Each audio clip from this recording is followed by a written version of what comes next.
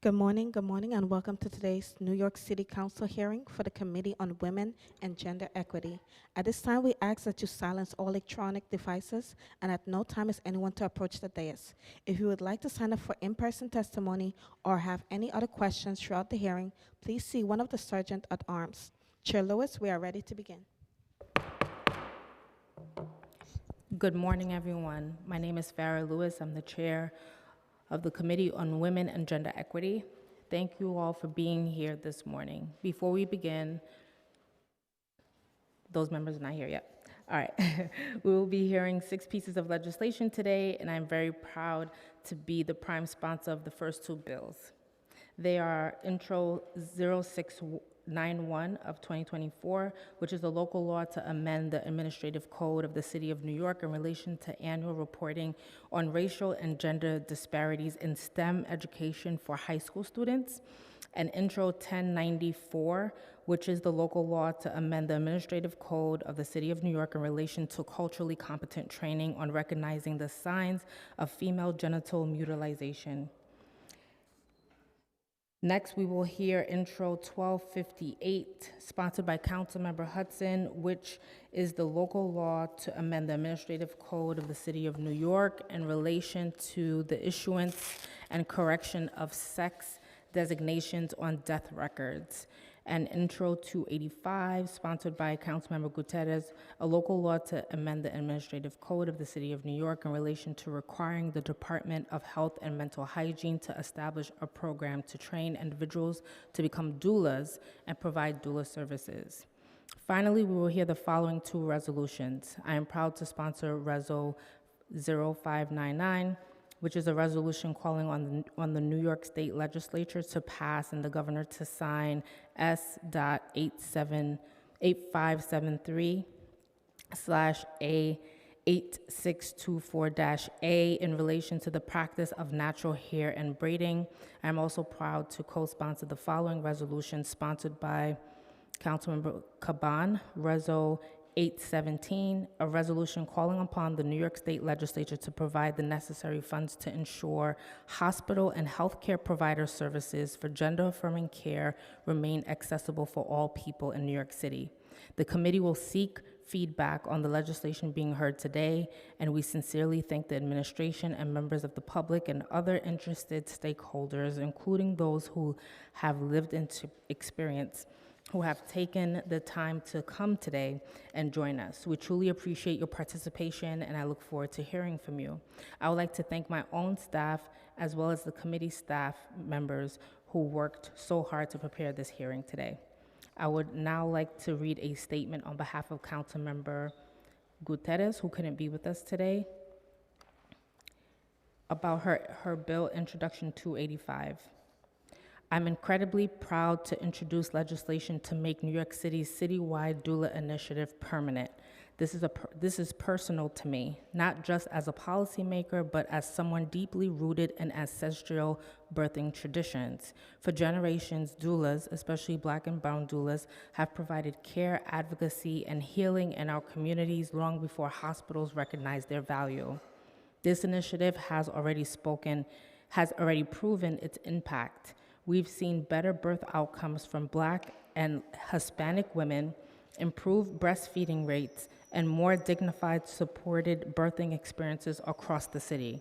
But we cannot build systems of care on shifting political winds.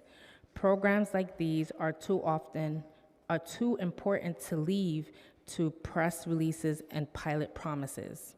Time and again, we've seen our mayor announce ambitious programs with no follow-through, whether it's crime initiatives, tech pilots, or maternal health.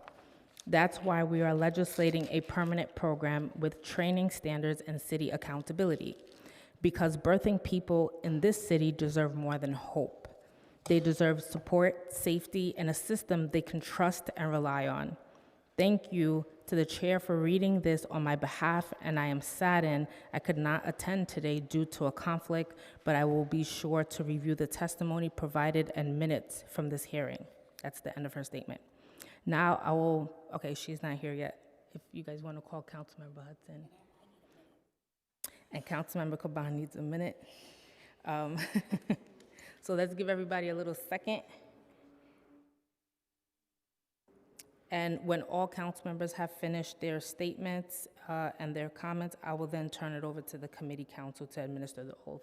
So let's just give them 2 minutes.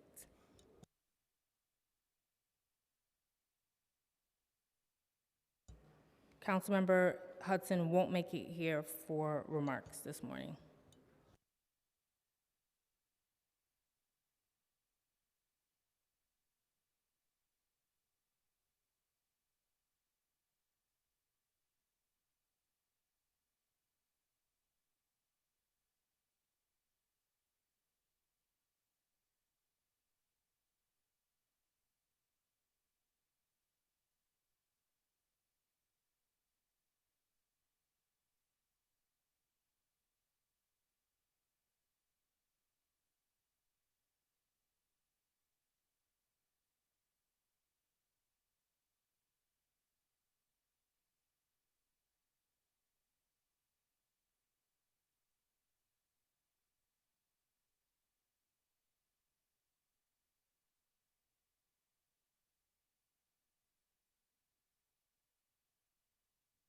Now we'll hear from Councilmember Caban.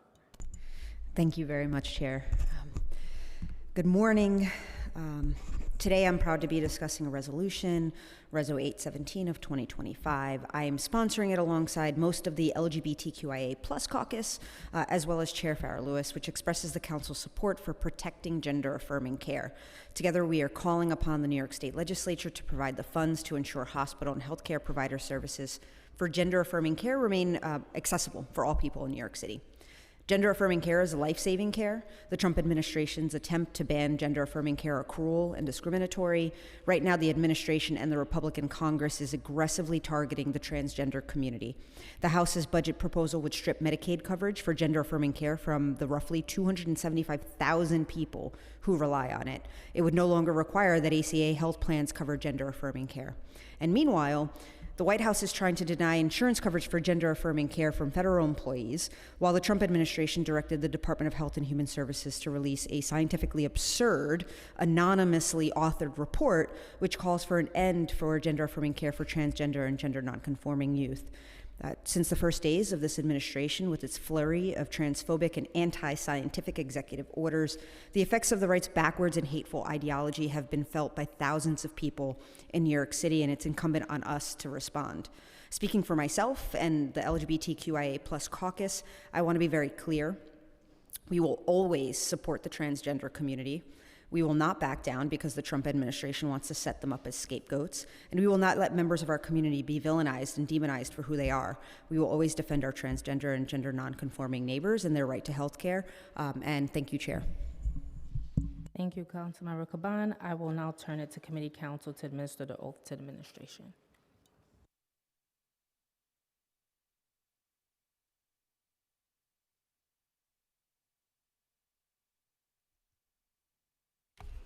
Hello. Please raise your right hand.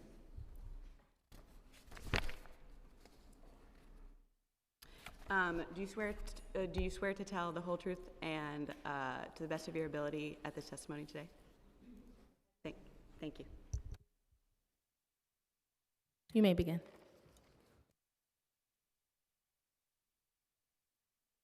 We've been joined by Councilmember Riley and Caban. Anyone want to start? Yes. Okay. Good morning, Chair Lewis and members of the Committee on Women and Gender Equity. My name is Nicole Williams, the Executive Director of STEM for New York City Public Schools and former CS for All principal. Tanisha Mitchell, the Interim Executive Director, 21st Century Skills, joins me today. Thank you for the opportunity to testify on Intro 691, a bill related to reporting on STEM education in New York City Public Schools. This administration is committed to STEM education for all students. We believe that every student should be engaged in grade-level math and science standards every day. Through our ongoing efforts since 2022, we have seen more than 15 points of math proficiency growth in grades 3 through 8, and for the first time, New York City moved ahead of New York State in overall math proficiency. The gaps between Black and Latino students and their white peers have decreased by 3 points. In addition, Boys are performing at 54 proficiency, while girls are performing at 53%. Still, 2/3 of Black and Latino students are not performing at grade level in math. Students in temporary housing and students who have formal gaps in their education are falling behind. Students of color, students living in poverty, students with disabilities, and multilingual learners are scoring well below our citywide average. To ensure we are closing these gaps and disparities, New York City Public School released the mathematics instructional shifts and launched New York City Solves during the 2024-2025 school year. Phasing in over the next few years, NYC Solves will require high schools and middle school math classrooms to adopt a single, pre-approved uniform curriculum. The goal is to ensure that all New York City students develop strong math skills, a critical requirement for education, career, and lifetime success. New York City Solves is an evidence-based initiative that will ensure students are engaged with high-quality curricula taught by well-trained teachers. Currently, NYC Solves reaches an estimated 99,000 students at 509 high school and middle schools across 20 districts. According to the 23-24 NYCPS science data, 75% of Black and Latino students were not performing on grade 8 science test examination. The pass rate for living environment regions was less than 50% for Black and Latino students. Meanwhile, the living environment regions pass rate was 56% for girls and 55% for boys. We need to change the ways in which we teach science so that all students have access to high-quality instructional materials and all teachers understand the necessary instructional shifts for all of our students to meet proficiency. During the 23-24 school year, NYCPS adopted a new science curriculum in biology and earth and space science. Beginning in the 2025-2026 school year, NYCPS will adopt a new science curriculum for chemistry and physics to ensure every student has access to rigorous, high-level science courses. The Office of Student Pathways, led by Chief Jane Martinez Dowling, works to close opportunity gaps and address persistent inequities, enabling NYCPS students to graduate with a strong foundation of academic excellence, real-world skills and experience, a head start on college and career, and high-quality post-secondary plan. New York City STEM employment grew about 130,000 jobs over the past decade, a growth rate of 67%, higher than the overall private sector growth rate of 14%, and the growth rate for STEM employment nationally of 32%. Still, New York has a long way to go to achieve equity. For example, Black and Hispanic workers make up 43% of New York City's overall workforce, but hold just 1 in 5 tech sector jobs. Overall, men hold 3/4, which is 76% of the city's tech jobs, while women hold less than 1/4, 24%. Our Pathways work is informed by current and former students' data, post-secondary outcomes, and broader NYC labor market trends. We developed 2 key initiatives, Future Ready NYC and CS for All, in direct response to disparities we see in college and career pathways, particularly those related to STEM. The Future Ready NYC program integrates the best of college and career preparation to successfully launch students into strong careers in high-wage, high-demand sectors. Next year, Future Ready NYC will grow to 180 high schools. Participating schools have the opportunity to implement multiple pathways, including the following focused on STEM. Future Ready NYC Healthcare, which offers a comprehensive route for individuals aspiring to join the healthcare profession, consisting of 2 primary pathways, diagnostic medicine and pre-nursing. Future Ready Tech, which equips students with the knowledge and confidence to pursue a career and/or higher education in technology-related fields, and consists of 3 pathways, software development, cybersecurity, and data analytics. Future Ready HVAC and Decarbonation, which introduces students to green jobs and engages students in fundamentals of electrical theory towards careers as a construction engineer, electricians, plumber and heating, ventilation, air conditioning, and refrigeration technicians. New York City Public Schools has a strong commitment to computer science education, as evidenced by the Computer Science for All, CS for All. CS for All has developed to support all New York City students in learning computer science, also known as CS, with an emphasis on students who identify as girls, Black and Latino students. Since its launch in 2015, The percentage of schools offering computer science tripled from 15% during the first year of the initiative to 45% in 23-24 school year. Based on data, we found that taking CS was associated with improved computational thinking skills and CS-related attitudes, especially among elementary students. CS course taking in high school was associated with an increased likelihood of going on to declare a CS major in college, and importantly, with smaller gender and race ethnicity gaps in pursuit of CS degrees. In response to data and lessons learned, we continue to develop strategies to integrate computer science and computational thinking within grades pre-K through 12. We support the intent of this bill to track student participation in STEM. However, given the math and science courses are required for high school graduation, reporting on student course taking may not provide useful insight. So we would like to work with the council to develop meaningful reporting around STEM disparities for students. Given that STEM disparities are a well-researched area, an annual poll of students is not the best method to learn about the drivers of these disparities. We look forward to working with you to have further conversations with the council to determine the best methods for reporting on STEM participation and gathering additional information outside of the poll format. Thank you.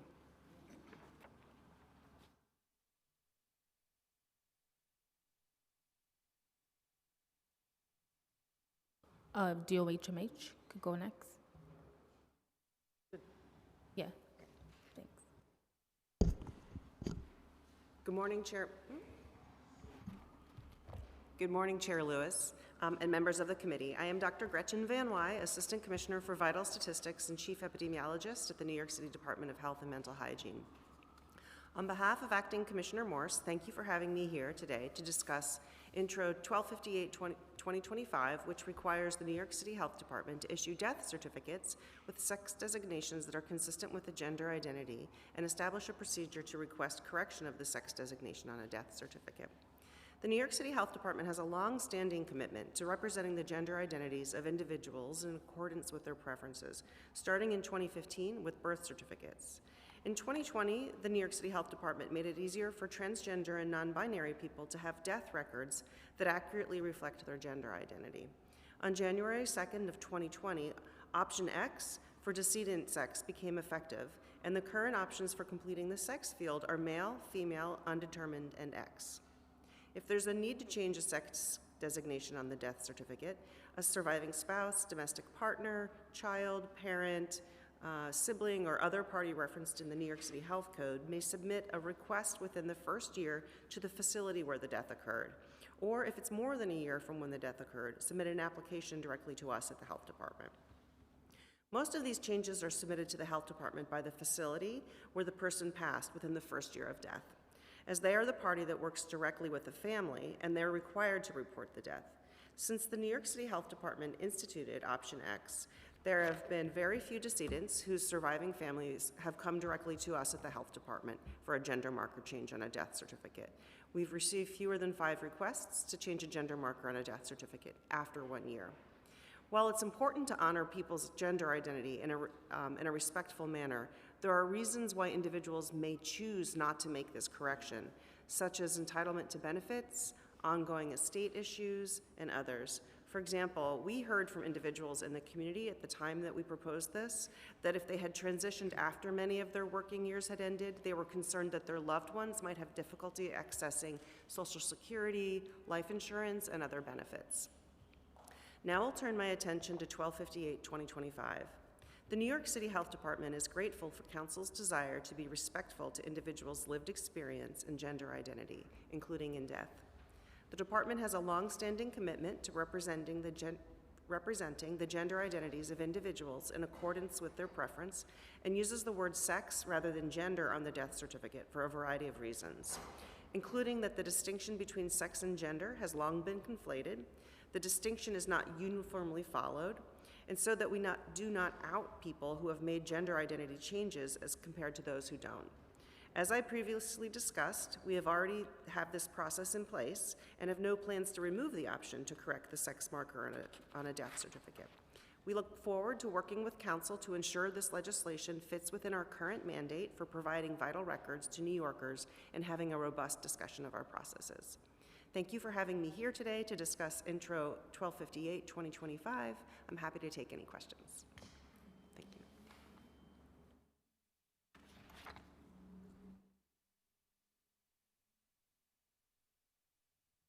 Dr. McNatt? Yeah. Good morning, Chair Lewis and members of the committee. I'm Dr. Zahira McNatt, Deputy Commissioner for the Center for Health Equity and Community Wellness, and the City Health Department's Chief Equity Officer. Thank you for the opportunity to provide testimony today on Intro 1285-2025, which requires the New York City Health Department to establish a program to train individuals to become doulas and provide doula services. First, I want to provide an overview of our citywide doula initiative and how it fits into the broader New York City Health Department goal of Healthy NYC. Healthy NYC is the city's vision for how to improve life expectancy and create a healthier city for all. The New York City Health Department is working with partners across the city to ensure that New Yorkers are able to realize their full health potential, regardless of who they are, where they're from, or where they live. Extreme racial inequities persist in maternal mortality. Black women and birthing people are 4 times more likely than their white counterparts to die from pregnancy-associated causes. Our goal is to address this inequity by reducing maternal death rates among Black women and birthing people by 10% by 2030. This guides our strategies for promoting the health of all New York families. The New York City Health Department is focused on ensuring that every child, birthing person, and family recognize their power and have the opportunity to reach their full health and development potential. This requires access to comprehensive, respectful care and accurate health information to empower families to make healthy choices. One crucial component of this effort is our Citywide Doula Initiative, or CDI. Launched in 2022, the CDI is made up of 3 complementary components: direct services, workforce development, and systems change to promote doula-friendly hospitals. As part of the Health Department's new Family Home Visits Initiative, the CDI provides high-quality, no-cost doula care in disinvested neighborhoods throughout New York City, as well as for residents of shelters and foster homes and teenagers who are income eligible for Medicaid. The CDI also develops the city's doula workforce with free training for community residents and apprenticeship programs for new doulas, professional development for all doulas working in the program, and a fair wage for time spent in program trainings and meetings. The CDI's trained doulas support families in planning for childbirth, navigating labor and birth, and welcoming their newborn. They also educate clients and their family members about early warning signs of perinatal complications, including those that could lead to maternal morbidity or mortality. And they provide screening, education, referrals on topics like mental health, food insecurity, intimate partner violence, infant feeding, safe sleep, bonding, child development, and social services, a well-rounded array of support for families at one of the most vulnerable times of their lives. The third pillar of the CDI focuses on systems change. The team works with community-based doula programs and maternity hospitals to implement a hospital doula friendliness model that builds collaborative relationships between clinical providers and doulas. Although the New York City Health Department does not regulate hospitals, we collaborate with and work alongside them to help them change their organizational culture and create and implement doula-friendly policies and practices to reduce racial health inequities in birth outcomes for Black and Latino people. 6 hospitals have completed our doula friendliness intervention, and their average doula friendliness assessment score improved by 33% from baseline to end line. Hospitals showed the largest improvement in the key capacity areas of patient awareness of doula support and implementation of general doula-friendly hospital policies and practices. We are currently working with 3 hospitals in a second cohort, and the team is working to add additional hospitals as staff capacity allows. The Health Department also co-leads the New York City Coalition for Doula Access, or NYCDA, which centers doulas in defining professional standards and advocating for increased access to doula care. Current priorities are equitable Medicaid reimbursement for doulas and establishing a doula-friendly hospital designation. We are pleased to report that since 2022, the CDI doulas have served more than 3,000 clients and attended more than 2,200 births. The program has also trained 148 community members as doulas. We are also pleased that no pregnancy-associated deaths have been reported for CDI clients, indicating that doula support may help reduce maternal mortality. A recent controller's audit also found that among both Black and Hispanic women, CDI clients experience better birth outcomes than those in the general population, including for C-sections, low birth weight, and preterm birth. We are really proud of these results. There is still more to do. Data from our Office of Vital Statistics shows that in 2024, only 5.5% of New York City births were supported by doulas. And in our Task Force on Racial Inclusion and Equity Neighborhoods, or TREE neighborhoods, the percentage was even lower at 4.4%. However, this inequity would have likely been far greater without the Citywide Doula Initiative. CDI doulas supported 884 births in 2024, which was almost half of the doula-attended births in TREE neighborhoods that year. However, those 884 births represent only 2% of more than 41,000 births in TREE neighborhoods in 2024. This means that most birthing people in disinvested neighborhoods do not have access to doulas, but the opportunity exists to expand these resources and eliminate maternal health inequities in New York City. Our hope is that the CDI becomes a replicable model for cities and states seeking to reduce inequities in perinatal health outcomes.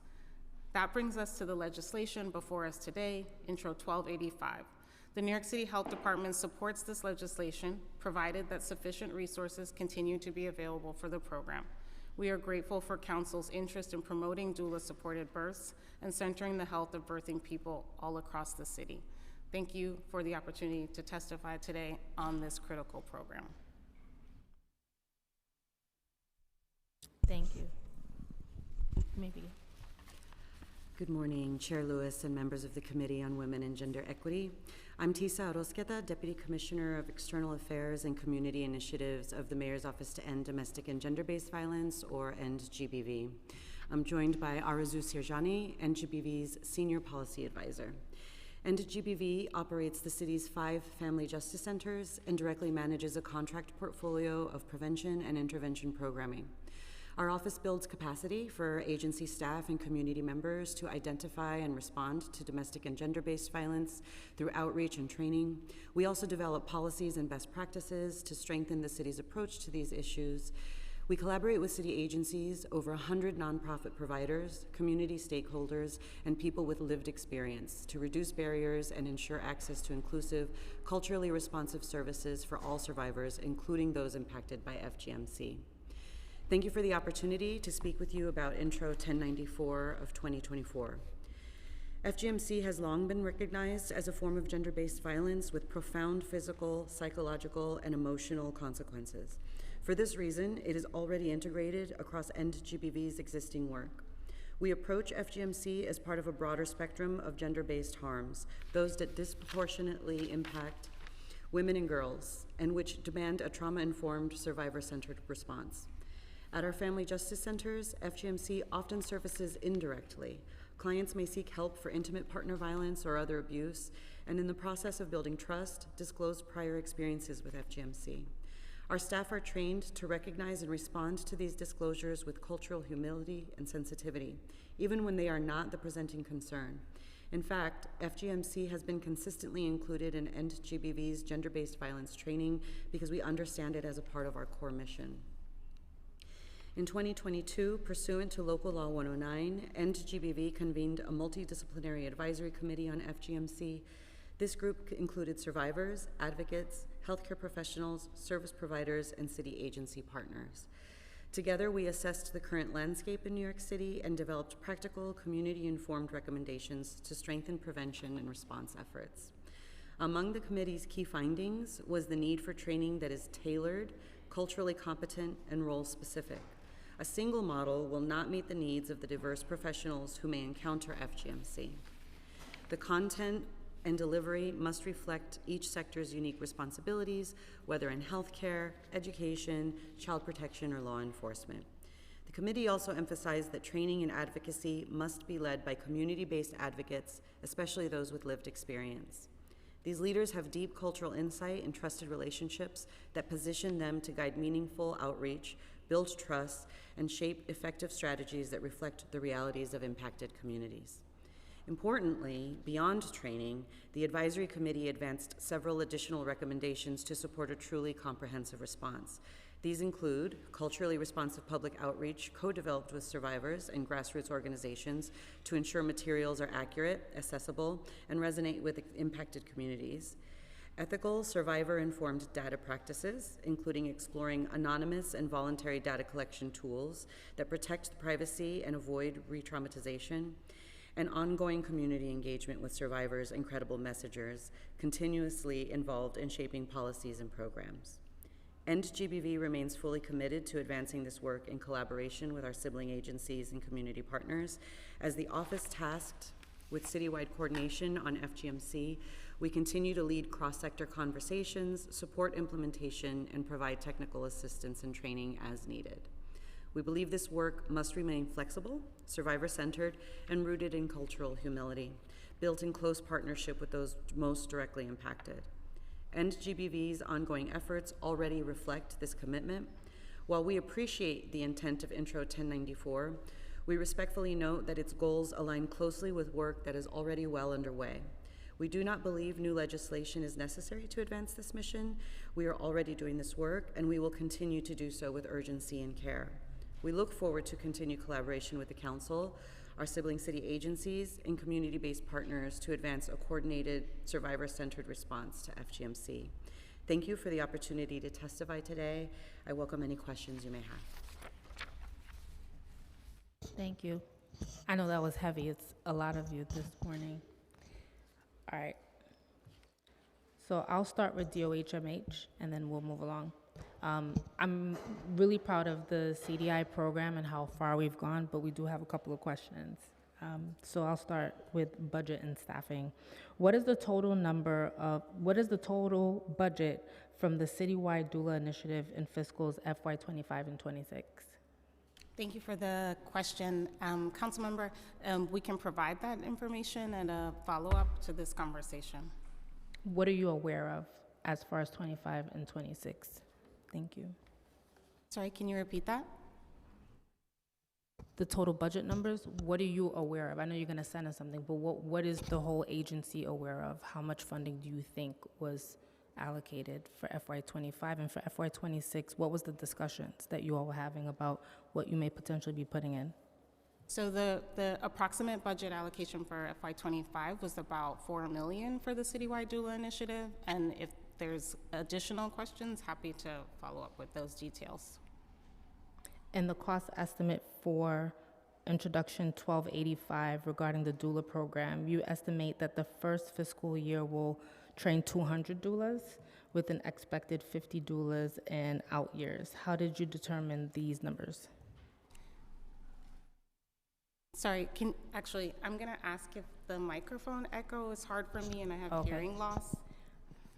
In the cost estimate for Introduction 1285 regarding the doula program, you estimate that the first fiscal year will train 200 doulas with an expected 50 doulas, God bless you, in the out years. How did you determine these numbers? Okay, thank you so much for the question. So, right now, the Citywide Doula Initiative trains doulas and also provides services to clients, about 1,000 clients a year.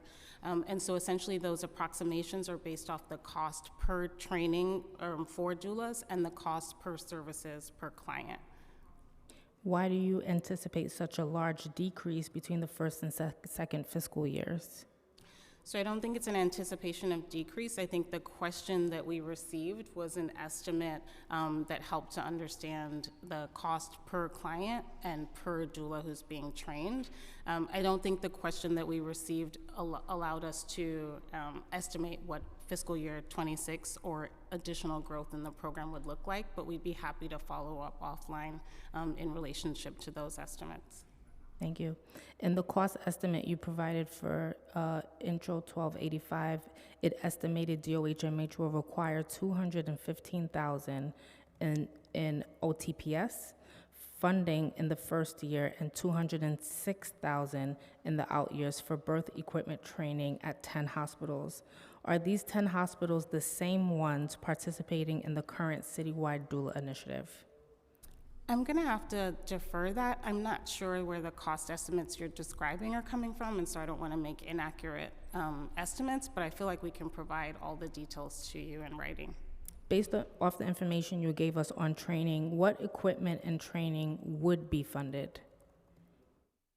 So the kinds of training that we offer for doulas, one, we offer like the basic doula training that helps a community resident become a doula. We also offer higher additional trainings in birth equity, in anti-racist work, in a number of different areas around perinatal mood and anxiety disorders. So we have a pretty strong and impressive curriculum that this kind of budget would cover.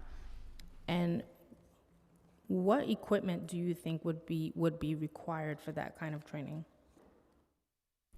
I will have to get back to you on that.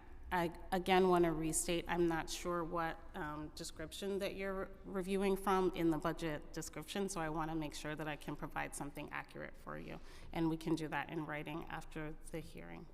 Thank you. How many staff members do you have for the citywide initiative, and are there any vacancies? We do have 11 staff and 3 vacancies that are with OMB right now. And what are those positions that you have vacancies for? I'm sorry? What are those positions you have vacancies for? I can provide you the titles, but they are all service delivery functions within the Citywide Doula Initiative. They help to do the organization for trainings, and then they also help to do the matching for clients to doulas. And how does Healthy Women, Healthy Futures differ from CDI? Thank you for the question. So Healthy Women, Healthy Futures is a program that's been around for a bit longer than the Citywide Doula Initiative, and it is an amazing, impressive approach to doula support. It focuses a bit more on postpartum doula support. The Citywide Doula Initiative provides doula support during the pregnancy, the birth, and the postpartum period. And then additionally, the CDI offers, at this point, a lot more training capacity as a result of the model that's been crafted. Both programs are pretty valuable to the city, and so we're excited to have them both available to the public. Okay. Can you describe the steps from how someone would find out how to apply through how do they start the process if they want to become a client to obtain a doula? And what is the process for someone who wants to become a doula through the CDI program? Sure. So if you are a potential client, so a pregnant person or someone thinking about becoming pregnant, you can get access to the Citywide Doula Initiative in many different directions. 311 is a possibility. You can also self-refer after finding out perhaps through a website or some other location. You can also be referred through your provider. So a lot of CDI clients are referred through their OBGYN. And so we're excited that there are many different methods for folks to be able to get to Citywide Doula Initiative services and very few barriers in that regard. For the purposes of training, we have a lot of opportunities to be able to market, so to speak, so folks know that doula training is available to them. We partner with community-based organizations who are really brilliant at this work, and so, who also have the opportunity to share with the communities that they serve that doula training is available. And so both training and services are, in pretty high demand in the city. Thank you. I just want to let you know, for point of reference, that some providers and some CBOs are not providing that information. Most constituents are finding that information through marketing. So it would be good for us to talk about that further, but we have a hefty list of stuff here. So I'm going to go into insurance now.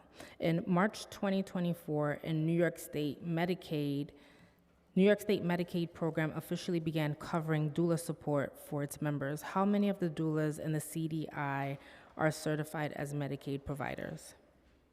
Great, thank you so much for the question. I don't have the exact number at this time, but I can describe, we're really excited about City High doulas being able to become enrolled in Medicaid. And so our program actually provides very, supportive systems that help doulas enroll. So we're doing a lot of that accompaniment, and we know that it'll take some time for doulas to be able to become enrolled in Medicaid. It is relatively complex, but our team is doing a lot of hand-holding and accompanying in that journey, and happy to get the actual number to you probably before the end of this session. Thanks. What do you believe are the barriers to the doulas enrolling as Medicaid providers?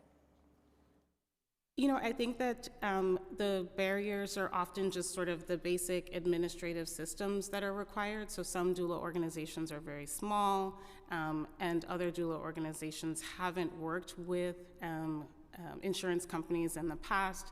And so it really is, I think, an administrative barrier. And so our teams are able to help and partner with doula organizations and individual doulas in the process of enrolling in Medicaid.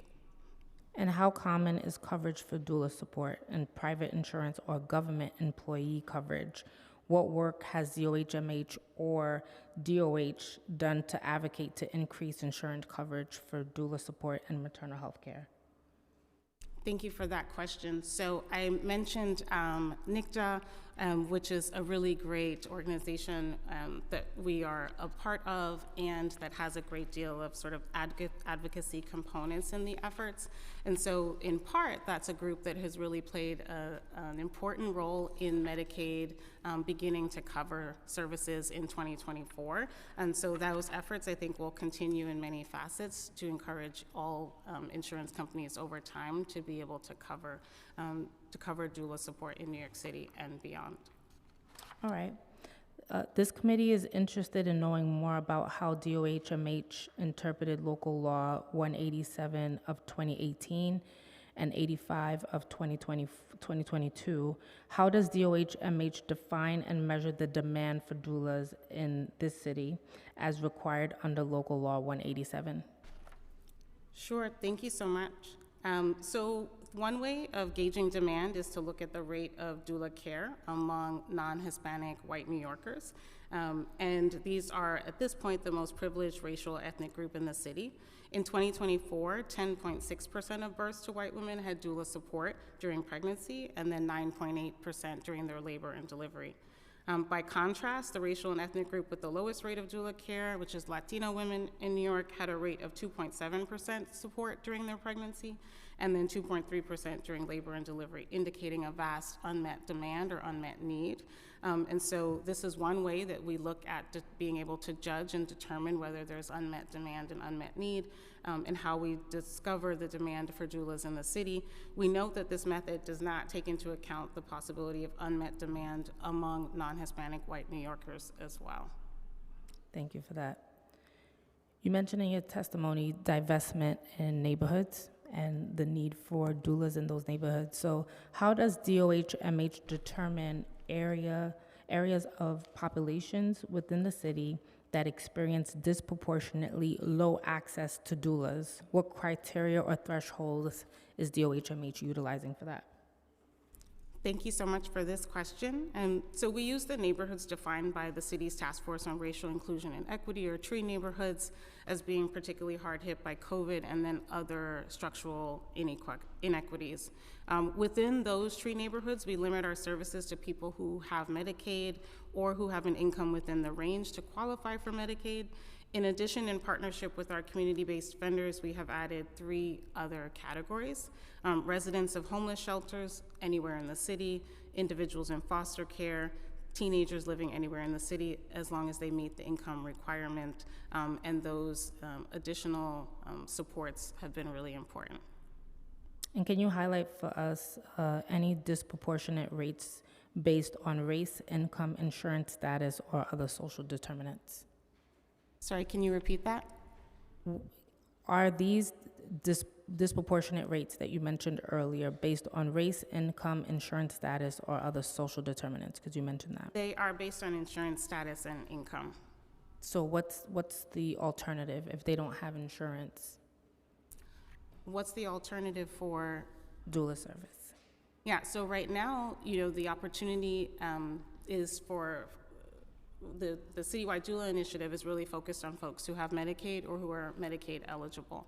What we're hoping is that over time, doulas enroll in Medicaid, and then it frees up the Citywide Doula Initiative to also start providing services to people who can't qualify for Medicaid, but are still pretty low income within the city. So the goal is for us to be able to continue to provide support for folks who have Medicaid, and for over time, doulas who are enrolled in Medicaid to be able to do that without the Citywide Doula Initiative, and then for the CDI to be able to slowly transition in serving folks who make a little bit more money than Medicaid eligibility would require. So right now, if you're undocumented and you're in the city of New York, you cannot get access to a doula? Oh, no, that's not true. If you're undocumented, you can access a doula and most DOHMH services. Okay, so they're prioritized. That's what I was trying to get at. All right, Thank you for that. I'm gonna switch over right now to gender-based violence. The mayor's office to end domestic and gender-based violence published its report of recommendations of the New York City FGMC Advisory Committee in April of this year. What are the office's key takeaways from this report on how city agencies can work towards reducing and eliminating the practice of FGMC in New York City? Excuse me. Hi, thank you for that question. So our key takeaways from the report, we built the report and our recommendations on the 5 categories that were legislated, the legislative objectives in Local Law 1009. The first, that's also relevant to 1094 of 2024, is the importance of enhancing professional trainings. So integrating FGMC awareness into required trainings for city employees, such as healthcare, education, law enforcement, and developing more in-depth standalone FGM trainings tailored to specific roles. We also found the importance of creating and sharing culturally responsive materials, to partner specifically with survivors and community-based organizations to co-develop brochures, videos, workshops, resource guides that are trauma-informed, survivor-centered, and linguistically and culturally appropriate. We also found to improve data collection safely and ethically, to establish clear, confidential, and trauma-informed guidelines for collecting FGMC-related data across agencies, and to explore launching a citywide anonymous survey to better understand the scope and needs. To also, of course, continuously engage survivors and trusted community voices. It's very crucial in this work to involve survivors, credible messengers like faith and community leaders and service providers with experience working with individuals impacted by FGMC, and those who have experienced it themselves in all planning and implementation stages to ensure that these solutions are rooted in lived experience and cultural knowledge. And lastly, to strengthen city agency coordination, NGBV is designated to lead the citywide efforts by organizing interagency meetings, offering technical assistance, and aligning strategies across city departments for a unified response to FGMC, which we're currently working to do. Are there any key programs or initiatives that NGBV created based off the findings that you just mentioned to us? So because we are on track to be implementing the recommendations, as you noted, it was the report was just published in April. So we're working to look at what is in there, such as the trainings, creating outreach materials, things like that. A 2019 study estimated that 421,000 women and girls have been impacted by FGMC in the U.S., and 47,000 individuals of those who were in areas of Newark, New Jersey. What did NGBV learn through the committee's work about individuals impacted in New York City? So there are no direct estimates on the prevalence of FGMC in New York City. The studies that you mentioned and are cited in the report are all based on indirect estimates that are based on prevalence in countries of origin and then population samples in the locations. And so we've learned that there are the estimate determines that there are individuals impacted by FGMC based on the prevalence. One of the things, though, that is important to note is the studies that are cited don't include individuals who are transmasculine or non-binary who may also be impacted by FGMC. So while it's helpful to have these studies, more information is needed in order to understand the impact of FGMC in New York City and all of those who are impacted, which is why we have the recommendations on data collection. And you mentioned Introduction 1094 that requires training at the DOE. Can you talk to us about how the agency conducts their training right now? To clarify how NGBV conducts their training right now? The agency and how you work in tandem with DOE regarding the training. So as of right now, NGBV currently conducts a training on FGMC through our Family Justice Center's best practices trainings that are open to all service providers and city agencies. We also integrate FGMC into our gender-based violence training, which is also available to all city agencies and service providers. In regards to the recommendations on trainings, we are working with NYC Public Schools and the agencies that were in membership of the advisory committee to work on integrating trainings for their staff, as noted in the recommendations. And how could people who work with these agencies, particularly those who work with children and young people, be helped by receiving more information about FGMC? You mentioned earlier brochures, but what other resources? So in the recommendations, we talk about how the information, whether it be content, but also materials that would be beneficial for individuals to have would be based on industry and their role, because it also is important to ensure that they have the other necessary training around trauma-informed responses and cultural competency. So it would be hard to give you an exact to tell you exactly what would be beneficial, but there would be a variety of content and materials that would be helpful to provide to different staff based on their roles and the agencies that they function within. Thank you. I'm going to pivot really quickly to DOE. What are the graduation requirements for high school students in science, technology, engineering, and mathematics? And what does DOE include under the STEM umbrella? Thank you so much for that question, Chair Lewis. So, New York City. You can move the mic closer to you. Thank you. No problem. Thank you so much, Chair Lewis. New York City Public School, for STEM, we include math, science, and anything that's coming out of Future Ready, such as computer science and all of those Future Ready pathways for STEM. The graduation requirements for NYCPS and STEM is students need to earn Regents diploma. And so in order to earn a Regents diploma, they need to earn 6 credits in mathematics, including at least 2 credits of math aligned to standards above Algebra 1, so geometry, Algebra 2, calculus, anything higher. And they need to have a pass rate in at least 1 Regents exam of a 65 plus. For science, they need to earn 6 credits in science, including 2 credits of life science, 2 credits of physical science, and the other 2 credits can be either life or physical science, and there needs to be a pass rate in at least 1 of those Regents exams of a 65 plus. All of the above data is tracked and recorded. Thank you. And how will DOE ensure comparability across schools that have very different STEM offerings? So at the moment, New York City Public Schools, we have an initiative called NYC Solves, which we are ensuring that all of our 9th grade students are taking Algebra 1 to allow them to get to the higher level math courses in their 2nd, 3rd, and 4th year. We are also pushing for our high school students to engage in chemistry and physics, as we've seen with our new curriculum. We also developed a range of pathways within Future Ready NYC to support our schools in being able to integrate different STEM programming as exhibited through our tech pathways, our healthcare pathway, and our HVAC and decarbonization pathway. In conclusion as well, for CS for All programming, we have provided a variety of supports to support the integration of computer science across pre-K to 12.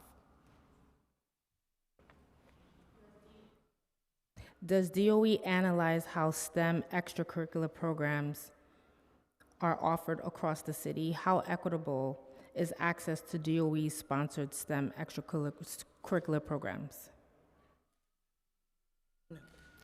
At this time, we don't have that, but we'd be happy to get back to you. How is DOE addressing barriers such as prerequisites, lack of recruitment, teacher biases, or guidance council practices that may deter participation in STEM? Can you repeat that one more time? Sure.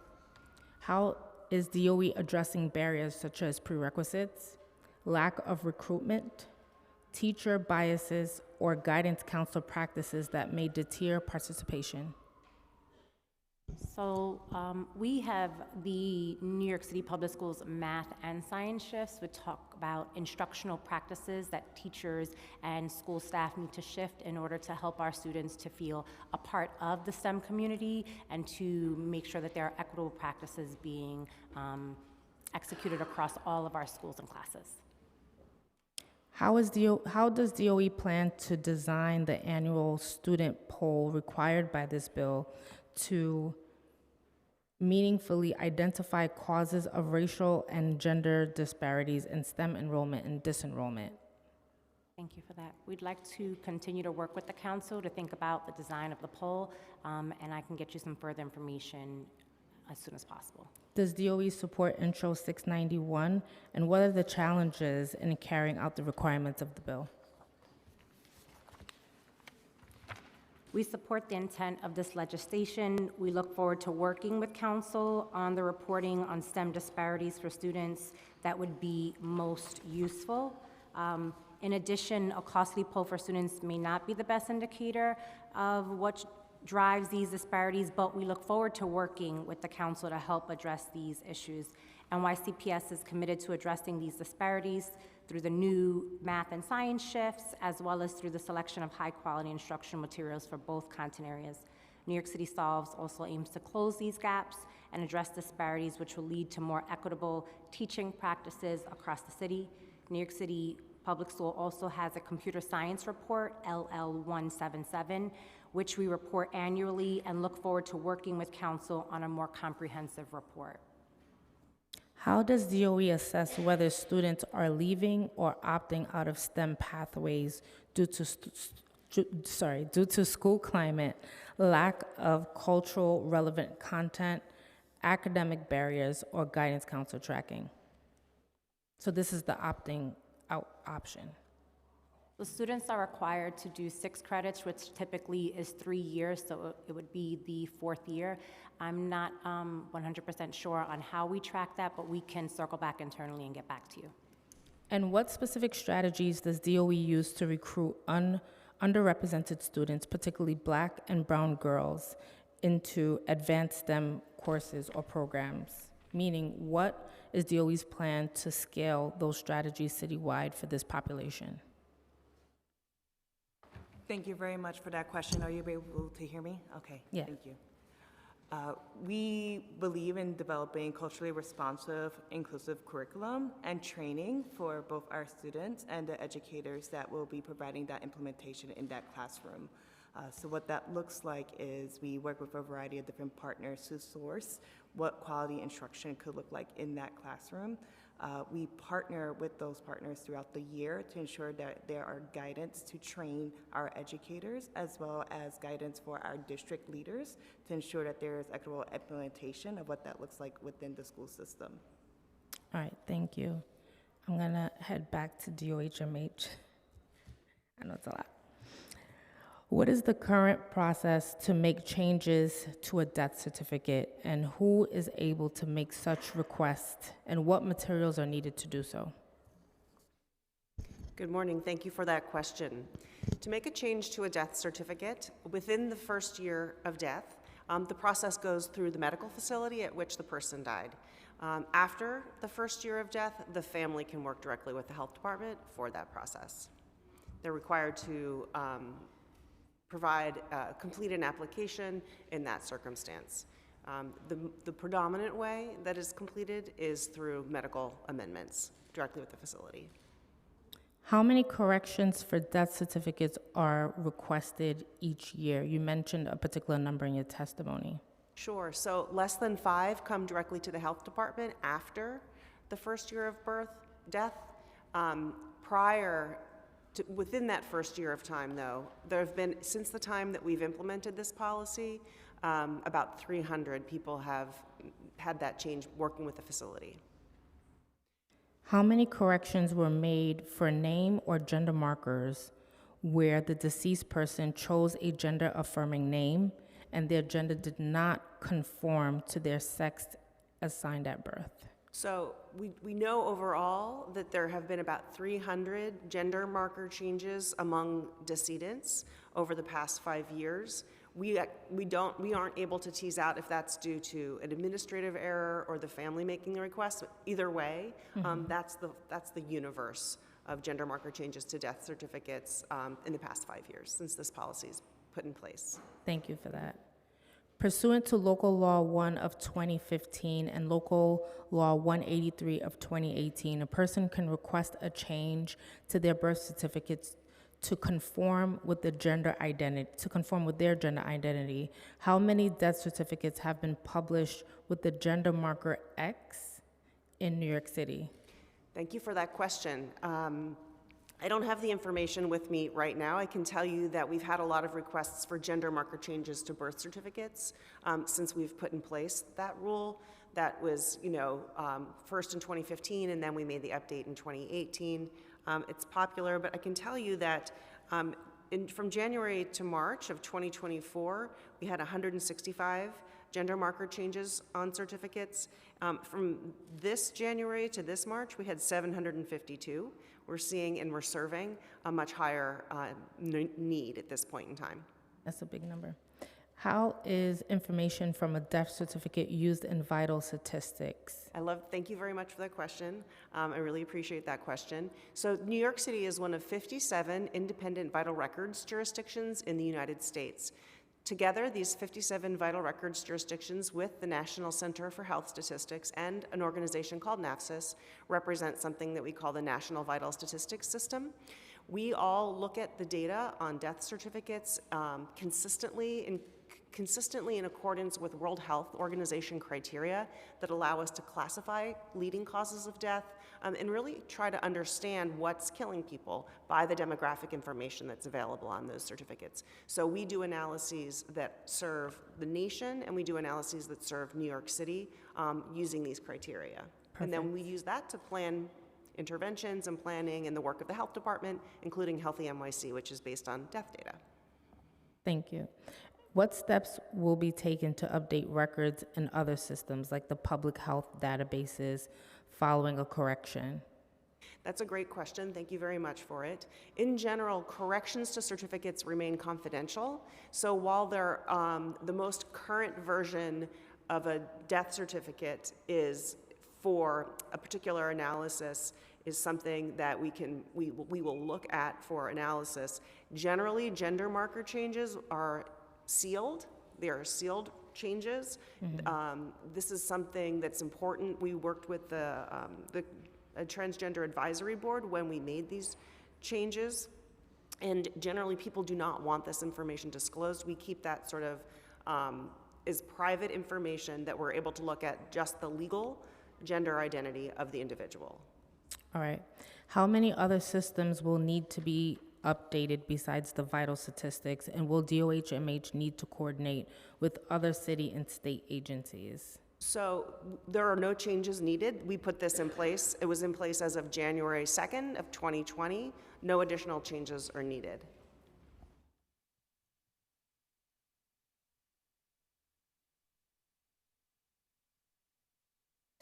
If you have this process in place already, what will DOHMH do to make that process more transparent on their website and on the death certificate correction application? Thank you for that question. We'd be happy to meet with you in a follow-up meeting to discuss any thoughts that you have and things that we could potentially do. All right, 1 second.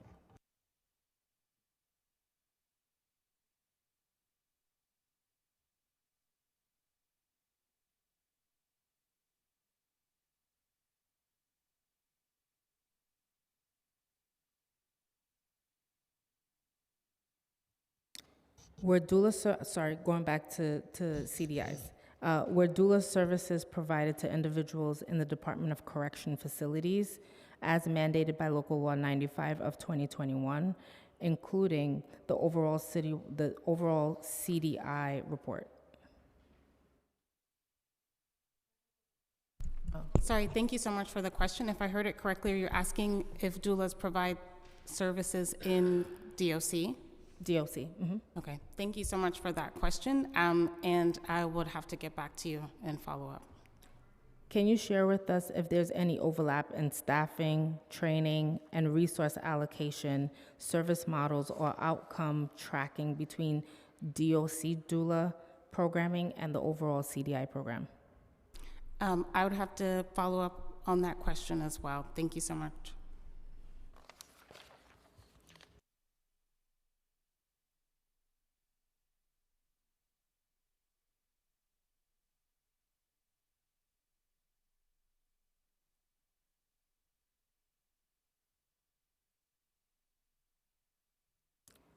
Of the individuals who completed the doula training, has DOH-MH followed up with the individuals who trained but do not continue the service to better understand barriers and inform improvements to the training pipeline? Thank you so much for this question. Of the 148 individuals who completed the CDI's doula training, 131 went on to provide services through the program. And I'll have to follow up to let you know anything that we've learned from the folks who did not continue. But we're really excited that the vast majority of CDI doulas who have been trained who continue to come back to the work in this way. Thank you so much. Thank you. You all are dismissed. Thank you so much for your testimonies and for being here this morning. Thank you. Thank you.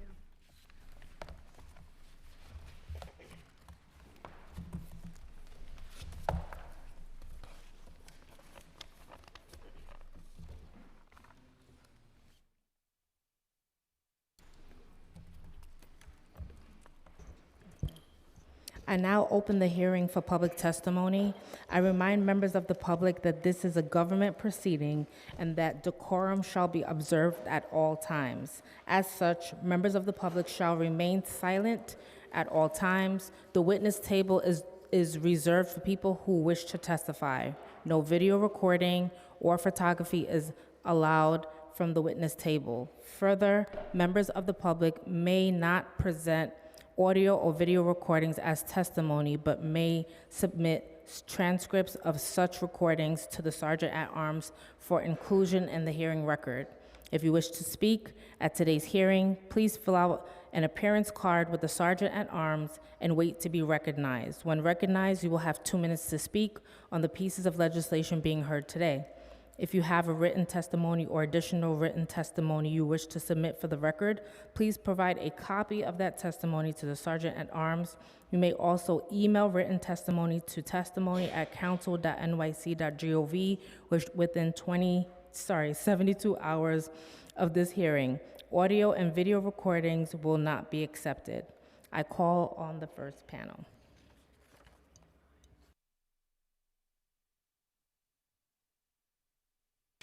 Sarah, excuse me if I butcher your last name, Fadhado. This one I can. Zainab, Monique, Galloway, and MJ.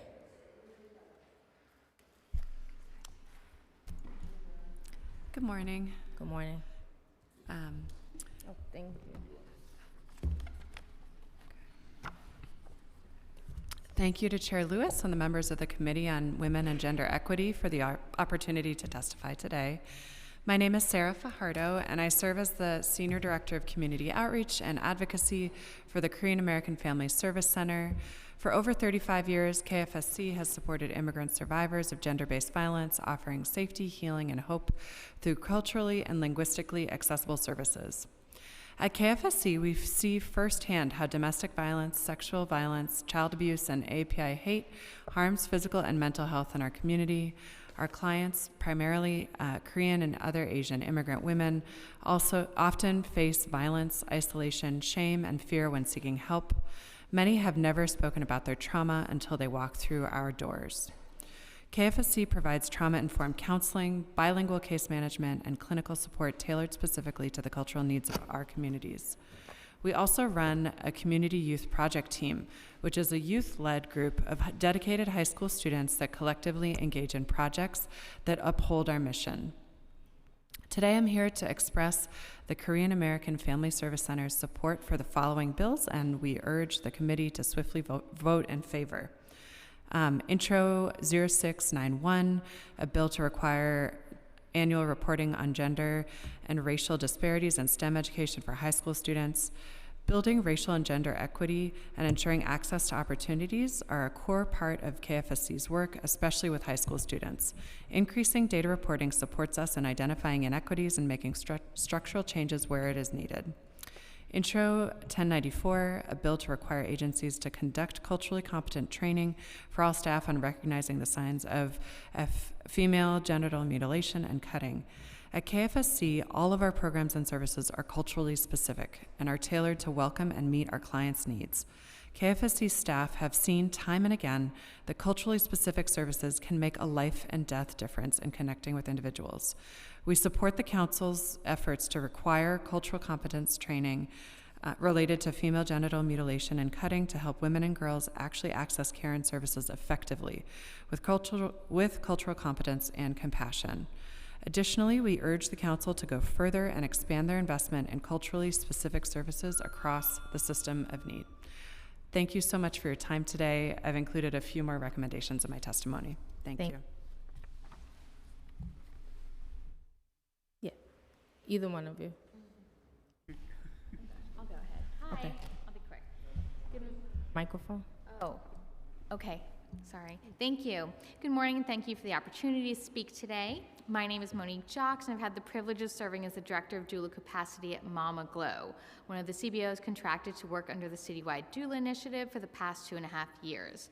I encourage the committee to look into the testimony that our doulas have also submitted, who cannot be here today. But during this time, I've witnessed firsthand the profound impact this program has had on birthing people and the families across New York City. Since its inception, the Mama Glow Foundation, through the Citywide Doula Initiative, has served over 1,460 clients, providing culturally responsive, community-based doula care to individuals who otherwise might lack this critical support. I have spoken to the majority of these clients, who come from a range of backgrounds and expertises. They may be birthing alone or new to this country.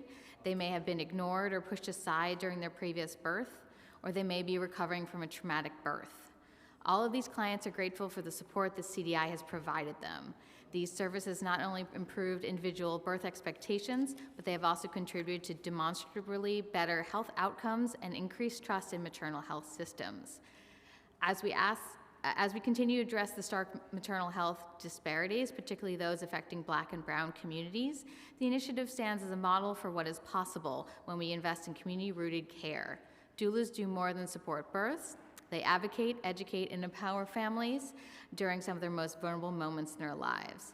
The success of this program is not only measured in numbers, but in stories. Families who felt seen and heard, birthing people who have entered their experience with confidence rather than fear, and doulas who are finally being recognized and resourced for their critical work. I'm incredibly proud of what we've accomplished and even more hopeful for what lies ahead. Thank you so much. Thank you.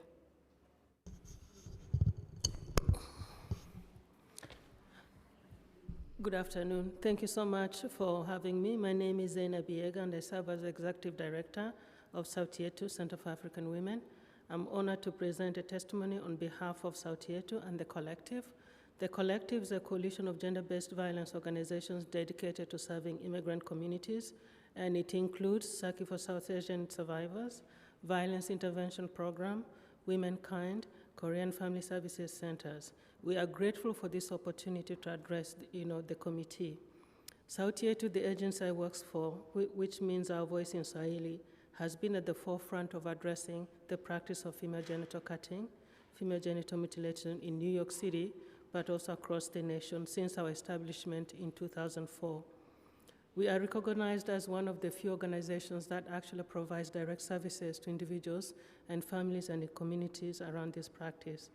Our work encompasses both community outreach and engagement, direct services, research, community research, as well as the development of resources, including educational materials and tools. And today, I just wanted to highlight, we support very much this bill, and we think it's critical for the city to make a stand and address this practice. However, as a community member and also coming from a service provider, we have some serious concerns with the bill and the way it's written. And I'll just pinpoint two areas. One big concern is the issue of identifying the signs of FGC. What would these signs be? And who has the capacity and technical expertise to define what those signs are? And what constitutes, what constitutes those signs and who will define them? The practice is actually very communal practice, particularly within the African context. It varies significantly. For example, within the Gambian, the practice is performed soon after birth, within 40 days. While in Sudan, my own country, the practice is performed within the first 7 years of the girl. While in Sierra Leone, it's profiled when adolescents to up to 20 years of age. So when you're describing the signs, how are you going to define those signs? How are you going to identify the individuals and based on that? The other concern if you could wrap it up in the next 30 seconds. Yes, I'm almost done. The other issue is concerned about profiling and surveillance. We know that Black families and communities of color are targeted and surveilled both by the city agencies, especially the child welfare. How is this not going to be another way of targeting and profiling of the immigrant communities? That's a big concern, especially in this current political climate. Thank you so much. Thank you so much. Thank you all for your testimony. You all dismissed. Oh, sorry. Last one. Sorry. Hi. Good morning. My name is MJ Okuma. I'm the founder of Okuma Strategic Consulting and a member of Equality New York's Advisory Council, here today in support of Intro 1258. In the trans community, we understand too well the pain of having parts of our history lost, forgotten, and destroyed.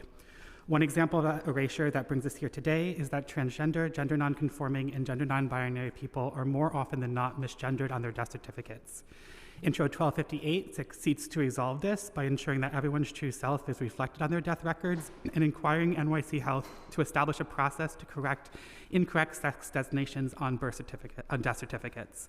The department's current application form for death certificates is insufficient, as outlined in detail in my submitted testimony.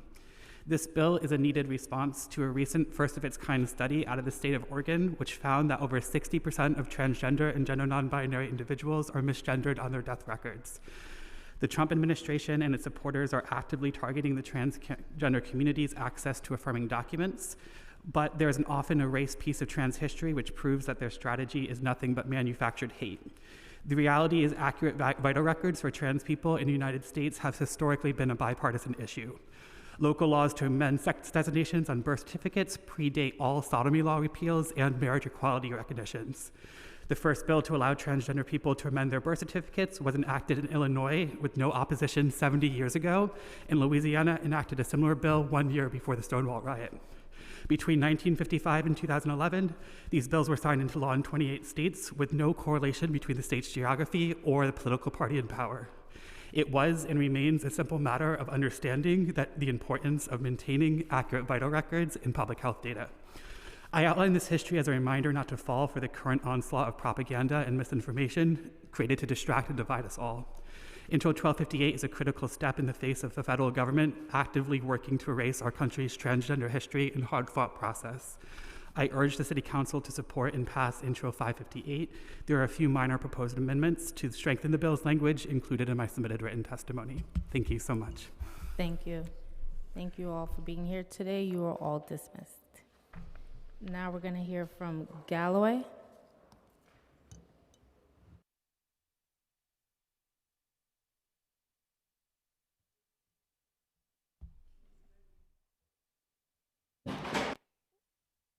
Sorry, I was stepping outside helping one of our youth. You may begin. Oh, yeah. Oh, the time is still going. Galloway, whenever you're ready, you may begin. Oh, okay. Is it good to go? Okay. Good morning. My name is Galloway. I'm the advocacy manager at the Ali Forney Center, the nation's largest organization dedicated to housing and supporting LGBTQ runaway and homeless youth, and a proud member of the Trans and Queer Provider Advocacy Coalition. We're here today in strong support of Resolution 0817, calling on the New York State Legislature to fund hospitals and healthcare services so gender-affirming care remains accessible for all New Yorkers. For the young people we serve, many of whom have been rejected by family, isolated from support networks, and targeted by discrimination, access to gender-affirming care is not only optional, it's life-saving. It reduces risk of suicide, supports mental health, and affirms their right to live as their authentic selves. Without proper funding, these youth we serve face dangerous barriers that compound their traumas and marginalizations. We also stand in full support of Introduction 1258, which would allow New Yorkers to correct the sex designated on their death records. And it seems like a bureaucratic detail, but for transgender and non-binary people, including the youth we serve, many of whom are 2 times as likely to experience an early death as their cishet peers, this is about dignity, respect, and recognition. Many of our young people fear they will be misgendered not only in life, but in death, especially if they are estranged family members are in charge of those records. This local law ensures that even in death, trans and non-binary people are honored and remembered for who they are. These are not symbolic measures. They are concrete steps towards protecting, affirming, and honoring those most marginalized in our community. The Ali Forney Center urges the council to pass these bills and stand with the LGBTQ youth who need you now more than ever. Thank you so much. Thank you for being here. Thank you. You're dismissed. And now we have public testimony on virtual on Zoom. Sanayat Chowdhury. Starts now. Sanayat Chowdhury. You may begin. Hi, give me 1 second. I'm just pulling up my notes. Okay.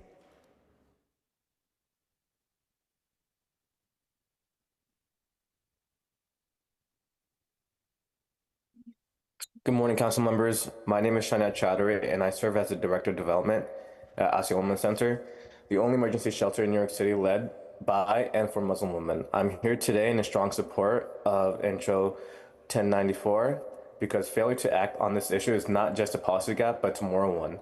Female genital mutilation is a violent act. It leaves lasting wounds, physical, emotional, and generational. And yet, too many city workers remain unequipped to recognize it or respond in a way that is culturally competent and trauma-informed. This legislation matters because it centers dignity and ensures that survivors, often Black, brown, and immigrant Muslim girls, are not met with silence or shame, but with care, understanding, protection. We urge you to pass this bill and to do so in hand with community organizations that survivors already trust. This is more than about training, it's about justice. Thank you. Thank you. If there's anyone present in the room or via Zoom that hasn't had the opportunity to testify, please raise your hand. Seeing no one else, I would like to note that written testimony, which will be reviewed in full by the committee staff, may be submitted to the record up to 72 hours after the close of this hearing by emailing testimony@council.nyc.gov. Thank you.